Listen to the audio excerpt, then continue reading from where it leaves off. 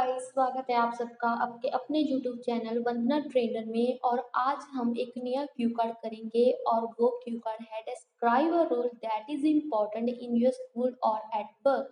So start करते हैं अपना क्यू कार्ड। और इसके जो क्यूज है वो है what the rule is, what happen when people break the rule, why you think it is an important rule and explain how you feel about the rule. तो हमारे ये क्यू है और अब हम अपना क्यू कार्ड करेंगे और हम क्यू कार्ड स्टार्ट करते हैं। Well, I would have to say that rules and regulation play part and parcel role in maintaining the peace and decorum in society. मैं जहाँ पे ये कहना चाहती हूँ कि जो रूल्स एंड रेगुलेशन है वो बहुत ही हेल्प करते कि हम सोसाइटी में पीस एंड डेकोरम को बनाए रखें। Like part and parcel rules means important role play करते हैं। In my entire life, I always prefer to follow every rule as it really assists me to be a disciplined person. और मैंने अपनी entire life में ये prefer कि मैं एक डिसिप्लिन पर्सन बनूं। असिस्ट मीन्स हेल्प करना। Here I would like to shed some light on the rule that I consider immensely crucial in my school. It is none other than wearing uniform. और जहाँ पे मैं उस rule की बात करना चाहती हूँ, शेड सम लाइट में इसके उसके बारे में बात करना चाहती हूँ। जो रूल मेरे स्कूल में बहुत ही ज़्यादा इम्पोर्टेंट था और ये रूल और कोई नहीं, यूनिफॉर्म को पहनना है। I vividly remember in my school time it is compulsory for all the students to be in proper dress code. It include requirement related to the type of clothing, colors and ID card. मुझे अच्छी तरह याद है जब मैं school में थी तो ये रूल सबके लिए कंपलसरी था कि सभी स्टूडेंट्स क्या प्रॉपर ड्रेस कोड में हो। और इस ड्रेस कोड में क्या क्या इंक्लूड था, क्लोथिंग लाइक क्लोथिंग का कलर और ID card. If students violate this rule, they are punished in several ways. Firstly, school authority gives warning to them, and if they again break the rule, then authority charges 50 rupees as a fine, and sometimes teachers give them extra homework. अगर students rule को follow नहीं करते तो उन्हें different way में like punish किया जाता था। फर्स्टली अथॉरिटी उन्हें वार्निंग देती थी, अगर फिर से वो ब्रेक करते थे रूल तो उन्हें 50 rupees as a fine charge किया जाता था और समटाइम टीचर्स उन्हें असाइनमेंट दे देती थी। Hence these punishment really help to enforce the rule effectively.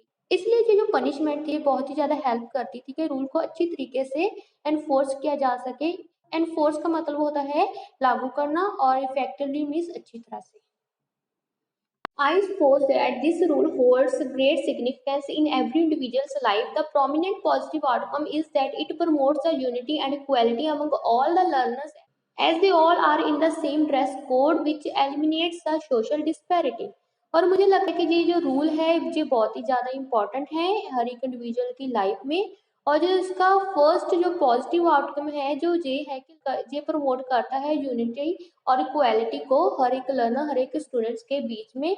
Like जो वो सब क्या होते हैं, एक सेम ड्रेस कोड में होते हैं, जो कि सोशल डिस्पैरिटी होती है। सोशल डिस्पैरिटी मीन्स कि लोग अलग अलग लाइक होते हैं, कोई पर्सन रिच होता है कोई पुअर होता है, तो ये उस चीज को क्या कहते हैं एलिमिनेट कर देती है, मीन्स उस चीज को खत्म कर देती है।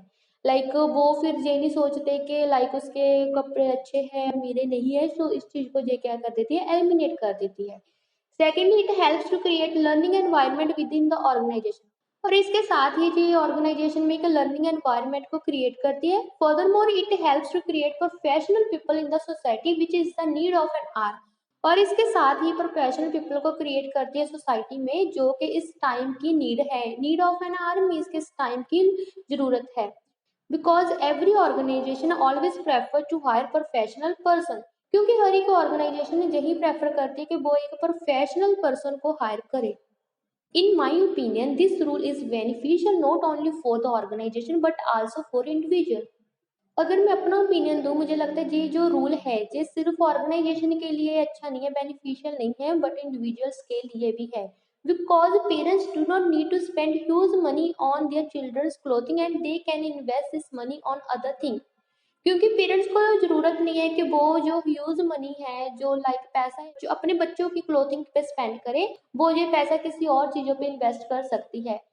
Apart from this, students can easily focus on their study. इसके साथ ही स्टूडेंट्स अपनी स्टडी पर इजीली फोकस कर सकते हैं। If I talk about the positive outcome of this rule on me, after following this rule in my education institute, I do not face any difficulty at my workplace regarding the dress code, and also I prefer to be in proper dress code. when I go for interview which really help me in clearing the interview। अगर मैं इस rule की positive outcome बताऊं जो मेरे पे हुई थी, लाइक जो इसका पॉजिटिव इफेक्ट मेरे पे पड़ा है, इस रूल को फॉलो करने के बाद, लाइक मैंने जब अपने एजुकेशन इंस्टीट्यूट में इस रूल को फॉलो किया तो मैंने अपनी वर्क प्लेस में कोई भी डिफिकल्टी फेस नहीं करी ड्रेस कोड के रिगार्डिंग। लाइक मैं हमेशा ही अपने प्रॉपर ड्रेस कोड में होती थी, और जब भी मैं इंटरव्यू पे जाती थी तो मैं यह प्रेफर करती कि मैं प्रॉपर ड्रेस कोड में हूँ, जो कि मेरी हेल्प करता था इंटरव्यू को क्लियर करने में। To cut the long story short, dress code policy is a rule which I consider the prominent one which promotes equality and unity in the education institute। अगर मैं शॉर्ट में बताऊं, dress code policy एक ऐसा rule है जो कि बहुत ही ज्यादा इम्पोर्टेंट है, जो कि प्रमोट करता है इक्वालिटी मीन समानता और unity in education institute. Like वहाँ पे स्टूडेंट्स क्या फील करते हैं कि वो सब क्या है, इक्वल है। So thank you so much for watching my video. And अगर आपको वीडियो पसंद आई है तो प्लीज एक लाइक कर देना, शेयर कर देना, सब्सक्राइब कर देना और कमेंट कर देना। इसके साथ ही अगर आप लोगों ने कोई और क्यू कार्ड करना है जो आपको डिफिकल्ट लग रहा है तो मुझे वो बता देना, मैं विद इन 1-2 डेज वो वीडियो पोस्ट कर दूंगी। Thank you so much guys.